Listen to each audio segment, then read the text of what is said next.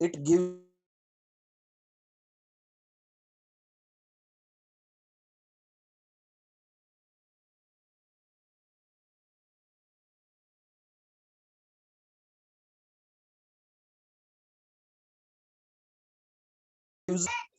Egg से जब बाहर फिर caterpillar, that is known as larva और caterpillar, that is known as larva और caterpillar, that is known as larva और caterpillar. So silkworm is a caterpillar or a larva. Choose the correct option. A, B, both A and B, neither A nor B. So silkworm, both A caterpillar, B larva, both A and B. So silkworm जो है वो caterpillar भी होता है और larva भी होता है, उसी को बोलते हैं caterpillar और larva, एक ही के दो नाम है. ठीक है, एक ही ऑर्गेनिज्म है, उसी के दो नाम है, caterpillar या फिर larva. So both A and B. Which of the following, question number 3, which of the following does not yield wool? Which of the following does not yield wool? अब ये yield वर्ड बहुत बार आएगा, तो बच्चों मैंने आपको ये अंडरलाइन भी करवाया और इसका मीनिंग आपने लिखना है. yield का मीनिंग होता है मींस प्रोड्यूस करना, टोटल आउटपुट. तो इसको हम यहाँ पे कह सकते हैं which of the following does not yield wool, which of the following does not give wool, ऐसे भी हम कह सकते हैं. डज नॉट प्रोड्यूस वूल, तो yield means produced, total produced या टोटल आउटपुट. जैसे अभी गेहूं की कटाई हुई है तो हम कह सकते हैं what is the total yield from a field, एक खेत के अंदर से कितनी पैदावार हुई है, उसको हम यील्ड बोलते हैं. तो यील्ड मींस पैदावार, यूज्ड. तो ये यील्ड का मीनिंग आपने अच्छे से लर्न करना है. So which of the following does not yield wool? One, first, yak, camel, goat, woolly dog. So we got wool from yak, yak से भी हमें wool मिलती है, from camel वहां से भी wool मिलती है, from goat we also get wool. तो फर्स्ट थ्री ऑप्शन से तो wool मिलती है. wool किससे नहीं मिलती है? woolly dog, woolly dog, ऐसा डॉग जो काफी फ्लफी होता है, जिसके बॉडी पे काफी हेयर है. तो इसका मीनिंग ये नहीं कि उस हेयर से भी हम वूल बना सकते हैं. सो जो वूली डॉग है उससे हमें कोई भी वूल नहीं मिलती. Question number 4, what is meant by the following terms? Rearing, shearing and sericulture. तो this is very important question, क्योंकि ये सारे टर्म्स जब चैप्टर हमने लर्न किया तो वहां पे ये टर्म्स आई है, और यही वो टर्म्स हैं जो मैं बीच बीच में मार्क करवाता हूँ कि भी ये आपकी इंपॉर्टेंट टर्म है. तो इंपॉर्टेंट टर्म की फॉर्म में भी कुछ बच्चों ने या बहुत सारे बच्चों ने लिखा होगा. सभी बच्चे तो साथ के साथ काम नहीं करते हैं, हालांकि उनको आदत डालनी चाहिए कि वो अपना होमवर्क अप टू डेट रखें.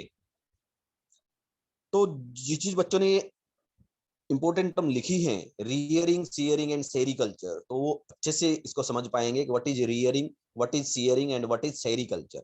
Rearing means to breed and look after animals, any type of animals. जो भी एनिमल्स हम घर पे पालते हैं उनको पालना, उनकी देखभाल करना, उनकी फीडिंग करना, उनको घास डालना, रहने के लिए जगह देना, उनको पानी पिलाना, नहलाना. ठीक है, तो ये सारे के सारे काम हम जो घर पे जो एनिमल होते हैं, जैसे काव है, बोफेलो है, या जो भी गोट, ये जो भी एनिमल हम घर पे उसकी देखभाल करते हैं, उस प्रोसेस को हम क्या कहते हैं? रियरिंग. इसी तरह से वूल गिविंग एनिमल है, उनको भी ऐसे ही पाला जाता है. जो सिल्क वॉर्म है उसको भी ऐसे ही पाला जाता है. तो जिन जो जो एनिमल्स को हम घर पे देखभाल उनकी करते हैं, उस प्रोसेस को हम क्या कहेंगे? Rearing. Rearing to breed and look after animal on a farm by providing them food and shelter. Look after and to breed animal on a farm.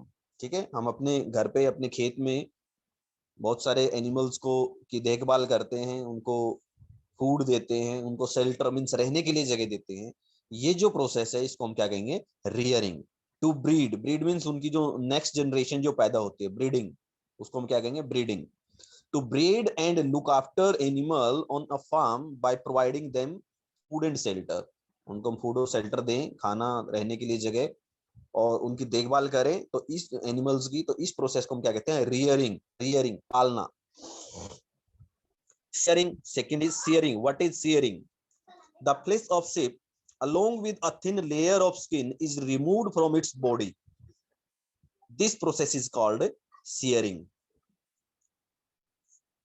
जब हम जो भी sheep है, जब उसके हेयर की जो कटिंग करते हैं वो किस तरह से की जाती है? वो मशीनों के द्वारा की जाती है। और जो उसकी बॉडी की जो स्किन है, उसकी जो अपर लेयर है, एक थिन लेयर, उसको भी हम रिमूव कर देते हैं उनके हेयर के साथ साथ।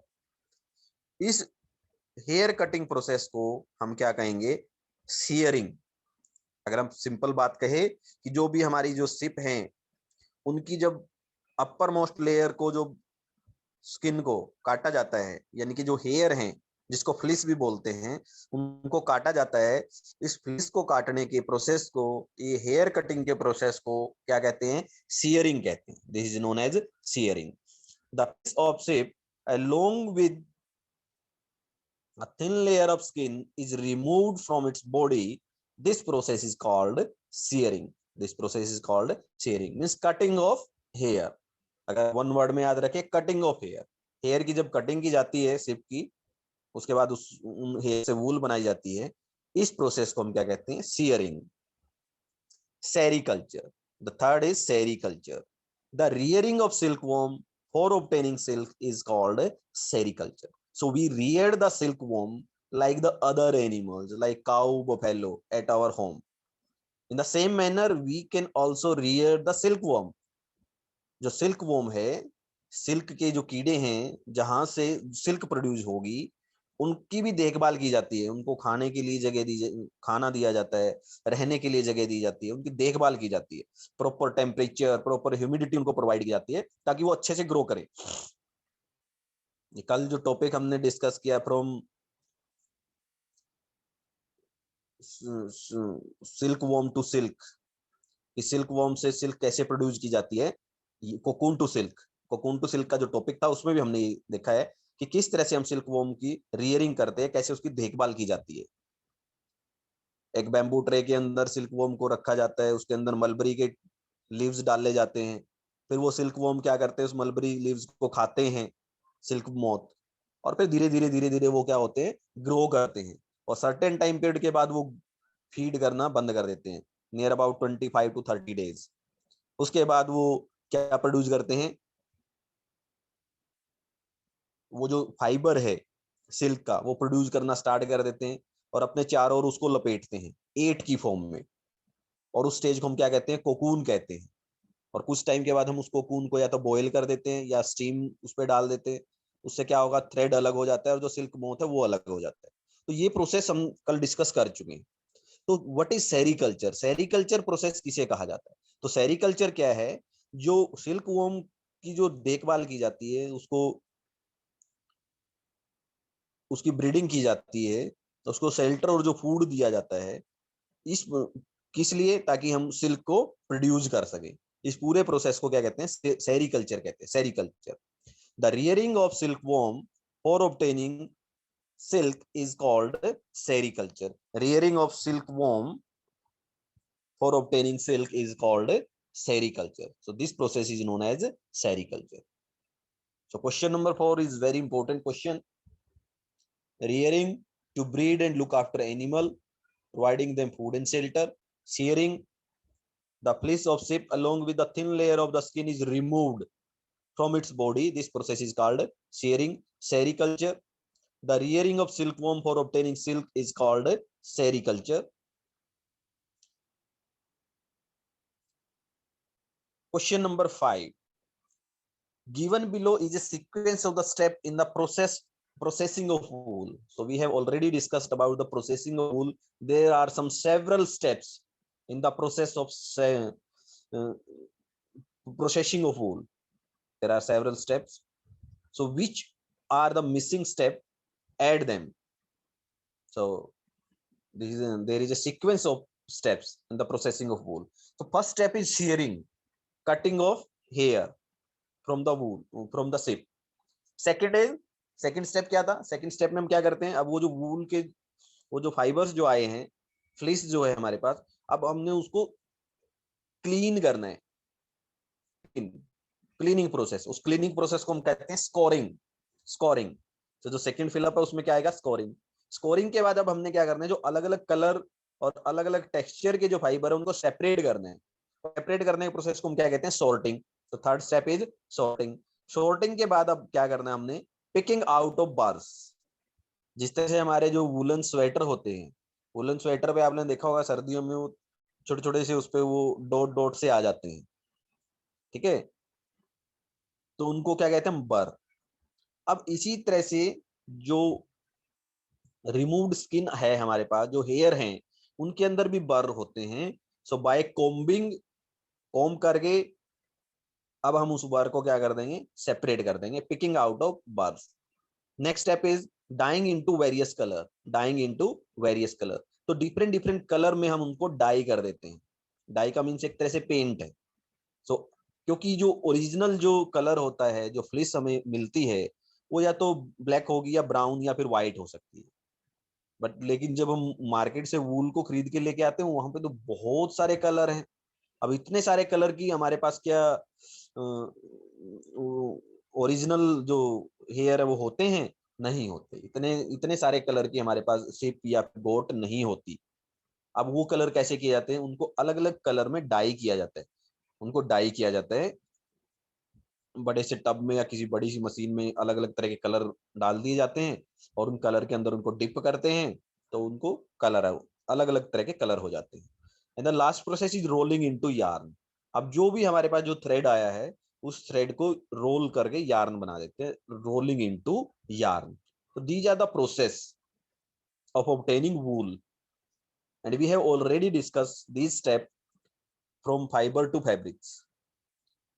जो टॉपिक हमने डिस्कस किया था, वूल वाला जो टॉपिक था, उसमें हम इसको कर चुके हैं। तो यहाँ पे सिर्फ आपने सीक्वेंस लिखनी है, ओनली सीक्वेंस, एक्सप्लेनेशन नहीं करनी है। बट इंपॉर्टेंट टर्म में एक्सप्लेनेशन में मैंने अंडरलाइन करवाया था इनकी डेफिनेशन भी। तो first step is shearing, second is scouring, after that sorting, then picking out of burr, then dyeing into various color, and the last is rolling into yarn. So these are the steps.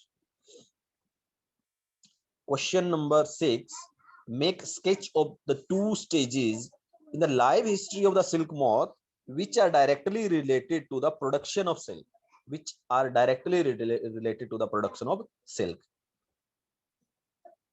So as you have already draw the diagram of life history of silk moth, जो silk moth का diagram मैंने draw करने के लिए आपको कहा है, उसमें कई सारे स्टेज आते हैं।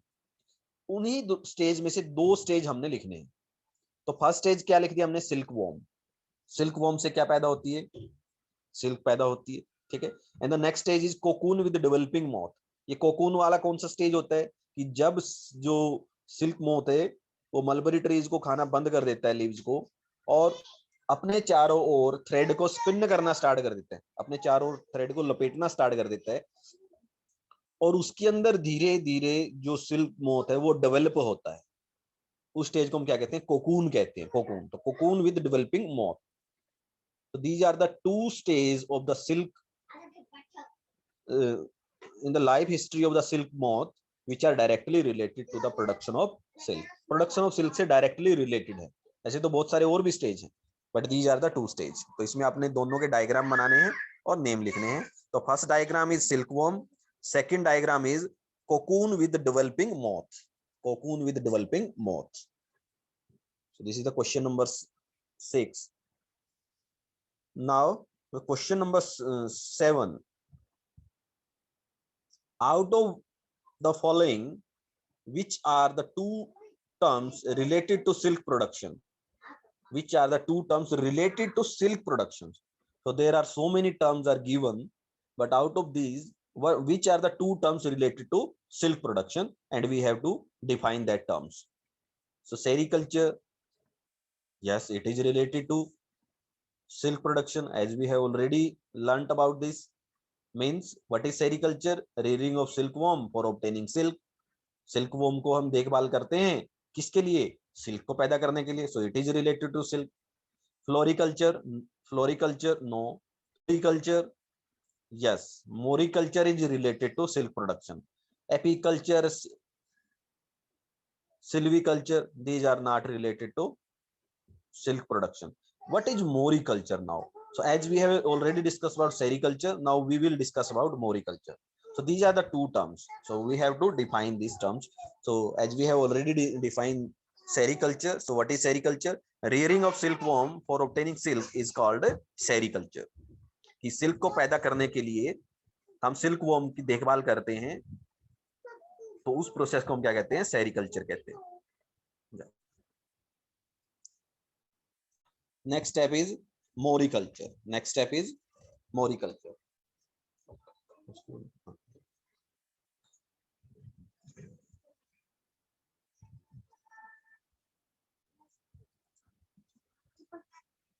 Moriculture, cultivation of mulberry plant for harvesting leaf to be used for silkworm. So cultivation of mulberry plant. So we cultivate the mulberry plant. तो mulberry plant की पैदावार की जाती है किसके लिए? मलबरी लीव्स उगाने के लिए. और ये मलबरी लीव्स किसके लिए होते हैं? जो हम सेरिकल्चर जो प्रोसेस करते हैं जिसके अंदर सिल्क वॉर्म की देखभाल की जाती है, तो सिल्क वॉर्म का जो फूड है वो मलबरी ट्री के लीव्स हैं, लीव्स ऑफ मलबरी ट्री. सो इसीलिए हमें क्या करना पड़ता है? मलबरी ट्रीज को पैदा करना पड़ता है ताकि उनसे मलबरी के लीव्स मिल सके. और इस प्रोसेस को हम कहते हैं मोरिकल्चर. क्या कहते हैं? Moriculture.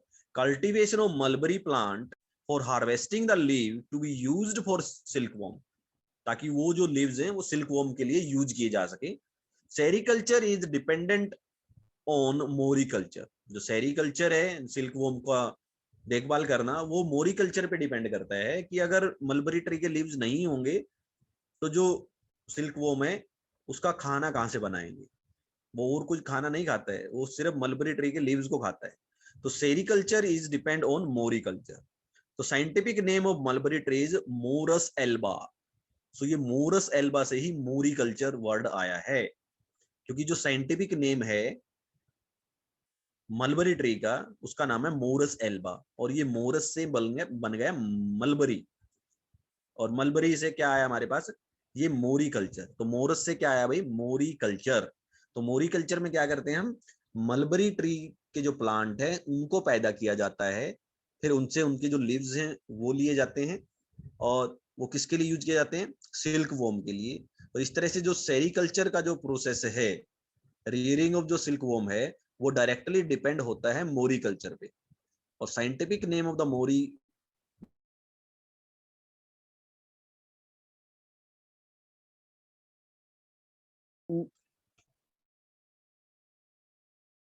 which are directly product of moriculture.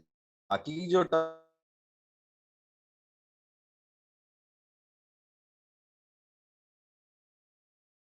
number 8, match the word of column 1 to 2. वो सेकंड के साथ क्या करना है? मैच करना है. तो यू कैन सिंपली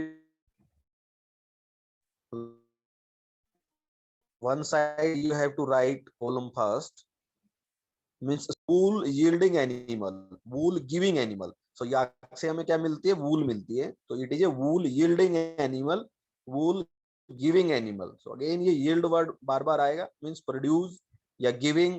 यहाँ पे इस तरह का वर्ड हम यूज कर सकते हैं. cocoon, cocoon yield silk fibers. yield means gives, produce. cocoon yields silk fibres. कोचे में क्या मिलते हैं? सिलते हैं. याक से क्या मिलती है? जो वूल यील्डिंग एनिमल्स है. Mulberry leaves food of silkworm. Scouring, cleaning, sheared skins. So these are the matches of column first with the column second. So this is the explanation of NCERT question. So बेटा मैं एक बार दोबारा से इसको recap करता हूँ question first से. तो क्वेश्चन फर्स्ट में कुछ राइम्स गिवन है नर्सरी की.